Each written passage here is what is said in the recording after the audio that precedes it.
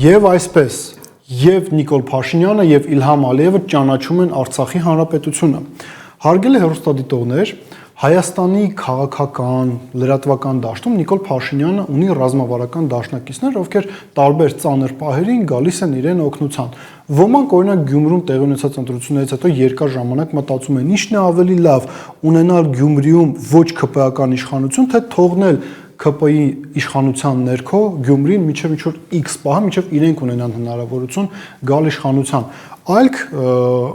որոնց գաղափարական արեալից է դուրս եկել Նիկոլ Փաշինյանը, իրենք կարող են ամենատարբեր փուլերում, հետպատերազմական փուլում, կոവിഡ്ի շրջանում ասել, դե մենք պետք չէ որ գնանք իշխանափոխության, քանի որ կես ճանապարհին, այսպես ասած, անհրաժեշտություն չկա իշխանություն փոխել, դա կարող է շատ ավելի վատ հետևանքների հասցնել եւ մեզ հասցնում են այսօրի։ Սա քաղաքական մասով, իսկ լրատվական դաշտում օրինակ կա Ազատություն ռադիոկայանը, որը 2018 թվականի հայտնի իրադարձությունների ժամանակ Նիկոլ Փաշինյանի կողքին էր։ Հիշում եք 44 օրյա պատերազմի ժամանակ մի հետաքրքիր լուսանկար տարածվեց իրենց պատշգամբից, երբ որ պարզվեց, որ հայկական Գեբելսը հենց այդ պատշգամբում է քննարկում տեղեկատվական քաղաքականության նրբերանգները։ Հետո մենք տեսանք, որ այդ նույն ռադիոկայանը, նույն լրատվամիջոցը շարունակում էր սպասարկել Նիկոլ Փաշինյանի կողմից առաջ քաշած տեղեկատվական, քաղաքական, լրատվական օրակարգը։ Վերջին դրսևորումներից մեկն այն էր, որ իրենք պատրաստեցին ռեպորտաժ գաղտնի փաստաթղթերի հիման վրա, որոնցով փորձում են հասարակությանը համոզել, որ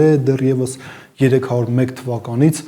միջանցքը հանձնված էր, Ադրբեջանը պետք է Հայաստանի տարածքով ճանապարհ ունենա, դե խեղճ Նիկոլ Փաշինյանն էլ ինչ անի, նա պետք է այդ քայլին գնա։ Հենց դրանից մի քանի ամիս անցել Նիկոլ Փաշինյանը ասաց, որ այո, մենք համաձայնության ենք եկել 17 կետերի վերաբերյալ խաղաղության պայմանագրի ու այո, Ադրբեջանը պետք է Հայաստանի տարածքով ստանա ճանապարհ։ Հենց այդ նույն լրատվամիջոցը իշխանությունները այս փուլում օգտագործեցին որպես գործիք, որի միջոցով հասարակությանը փաստացի տեղեկացրեցին, որ իրենք գնում են ԵԱՀԿ Մինսկի խմբի լուծարմանը։ Ինչպես իրենք դա արեցին։ Լրատվամիջոցը հարցում է ուղղում ԱԳՆ-ին եւ ԱԳՆ-ն արձագանքում է ոչ թե իրականում լրատվամիջոցին, այլ Ադրբեջանից եկող պահանջներին եւ նշում են հետեւյալը, որ այն բանից հետո, երբ ստորագրվեց Արցախի պետականության լուծարման մասին հայտնի փաստաթուղթը, Արցախի ժողովրդի իրավունքների անվտանգության հարցը դուրս է մնացել երկկողմ բանակցություններից։ Եկեք փորձենք այս հայտարարությունը վերլուծել նաև բովանդակային իմաստով, թե ինչ է թաքնված այս ձևակերպումների ետևում կամ ինչ իշխանությունները չեն ուզում հասարակությանը ասել։ Դուք նկատել եք, որ Հայաստանի Հանրապետության գործող ղեկավարությունը ինքը փորձում է շատ ֆրագմենտար կերպով ներկայացնել պատմությունը, պատմական որոշակի իրադարձություն։ Օրինակ Ալեն Սիմոնյանը երբ որ ասում էր լրագրողոհուն Արցախից, թե բա մնայիք Արցախում, պայքարեիք, չմնացիք, չպայքարեցիք, դրա համար էլ այսպես եղավ։ Մի իրավիճակ էր, որ Նիկոլ Փաշինյանը Արցախ հայությանը թողել էր մենակ, նա հիմք է ընդունում, որպեսզի այս տեսակ հայտարարություն անի, բայց մոռանում է դրան նախորդող 30 տարիները, որոնց շրջանակներում արցախցիները մնացել են Արցախում, պատերազմել են, պայքարել են։ Հիմա նույնը վերաբերվում է ԱԳՆ-ի այս հայտարարությանը։ Իրենք վերցնում են Սամվել Շահրամանյանի այդ հայտարարությունը եւ դրա հիման վրա կառուցում են քաղաքական օրակարգ։ Բայց եկեք արձանագրենք հետեւյալը. ինչ է եղել մինչև Սամվել Շահրամանյանի հայտնի հայտարարությունը 2020 թվականի 44 օրյա պատերազմը, որի շրջանակներում ակնհայտորեն Հայաստանի իշխանությունները շատ ավելի շատ կարող էին անել Արցախի հանրապետության համար, որը հետագայում պետք է մեր Հայաստանի հանրապետության անվտանգությունը եւ տարածքային ամբողջականությունը պահպանել։ Երկրորդ հարվածը եղավ 2022 թվականի հոկտեմբերի 6-ին Պրահայում, երբ որ Նիկոլ Փաշինյանը, Շարլ Միշելի եւ Էմանուել Մակրոնի քաղաքական կառավարությամբ միանձնյա որոշում կայացրեց, որ Արցախը հանձնվելու է Ադրբեջանին, Արցախը ճանաչվելու է Ադրբեջանի մաս։ Երրորդ հարվածը եղավ հետեւյալը. Ադրբեջանը էթնիկ զտում սկսեց Արցախում, ռազմական գործողություններ սկսեց Արցախում, Հայաստանի Հանրապետությունը միայնակ թողեց արցախցիներին։ Հայկական բանակը, Հայաստանի Հանրապետության բանակը հեռադիտակներով հետևում էր նրան, թե ինչպես էր Արցախը դատարկվում, ինչպես էր Արցախը ռմբակոծվում։ Այդ դրանից հետո միայն ստորագրվեց Սամվել Շահրամանյանի հայտնի փաստաթուղթը, բայց ամենակարևոր հարվածը եղել է 2022 թվականի հոկտեմբերի 6-ին Պրահայում։ Հարգելի հեռուստադիտողներ, հասկացեք, եթե դու ինչ-որ մի տարածք ճանաչում ես Ադրբեջանի մաս, Շատ լավ իմանալով, որ Ադրբեջանը չի ճանաչում ոչ միայն այն պետականությունը, որը կառուցված է այդ տարածքում, այլ նաև իրեն անհրաժեշտ է այդ տարածքը առանց ժողովրդի։ Դու Ադրբեջանին հիմք ես տալիս Արցախում իրականացնել այն, ինչ իր սիրտը կցանկանա, կկամենա, եւ իրենք օգտվեցին այդ պատմական հնարավորությունից եւ արեցին դա։ Երկրորդ չափազանց կարևոր նրբերանգը եւ Նիկոլ Փաշինյանը եւ Իլհամ Ալիևը իրենց քաղաքականությունը հիմնավորելիս շատ դեպքերում հղում են անում Սամվել Շահրամանյանի կողմից ստորագրված այդ փաստաթղթին 2023 թվականի սեպտեմբերի 28-ին ստորագրված փաստաթուղթ, ըստ որի Արցախի հանրապետությունը լուծարվում էր։ Տեսեք, չի կարող այդպիսի բան լինել, որ դու ասում ես, որ դու ինչ-որ մի սուբյեկտի չես ճանաչում, նաև քարոզչությունը ինչ ասում, ոչ միայն մենք չենք ճանաչում, ամբողջ աշխարհը չէր ճանաչում,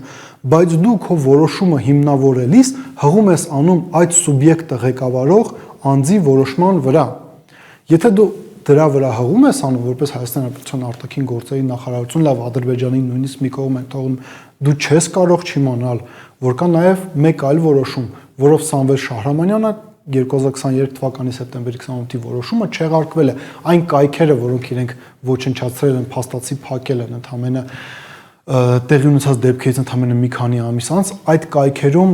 արձանագրված կա Սամվել Շահրամանյանի որոշումը, որով նա չեղարկել է 2023 թվականի սեպտեմբերի 28-ի ընդունված որոշումը, ավելին իրավաքաղաքական առումով այս որոշումը ունի խնդիր։ Եթե դու Սամվել Շահրամանյանին ճանաչում ես որպես իշխանություն եւ հղում ես անում նրա որոշմանը, դու չես կարող չիմանալ, որ բացի Սամվել Շահրամանյանից Արցախում կային նաև իշխանության այլ թևեր։ Առաջին հերթին Արցախի ազգային ժողովը։ Արցախի ազգային ժողովը Սամվել Շահրամանյանի որոշումների կապ ոչ մի կապ չունի։ Իրենք ոչ ընդունել են այդ որոշումները, ոչ հավանություն են դրանց տվել, ոչ էլ ինչ որ վերաբերմունք են արտահայտել այդ որոշումների հետ կապված։ Եվ երբ որ Նիկոլ Փաշինյանը եւ Իլհամ Ալիևը հղում են անում այդ որոշումներին, իրենք պետք է կողմնորոշվեն։ Ի վերջո իրենք ճանաչում են Արցախի հանրապետությունը, դրա համար են հղում անում դրանց, թե չեն ճանաչում, եթե չեն ճանաչում, ապա ինչու են իրենք հղում անում։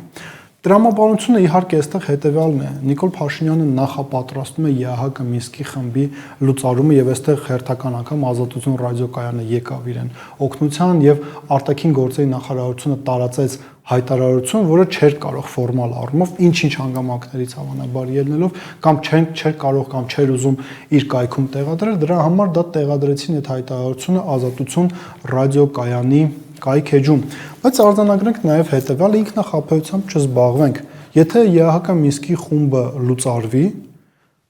եւ Նիկոլ Փաշինյանն ու Իլհամ Ալիևը հայտարարեն, որ Արցախի հարցը փակված է, Ղարաբաղյան շարժումն ավարտված է, դա չի նշանակելու, որ գալու է խաղաղություն, բացի նրանից, որ նույնիսկ իշխանություններն են ասում, որ եթե ստորագրենք խաղաղության պայմանագիր, երաշխիք չկա, որ լինելու է խաղաղություն, այլ նաև Ադրբեջանից ասում են, որ իրենք զբաղվելու են Հայաստանի փոխարեն Արևմտյան Ադրբեջան ձևավորելով։ Սա այնքան ակնհայտ է, որ քննարկման առիթ էլ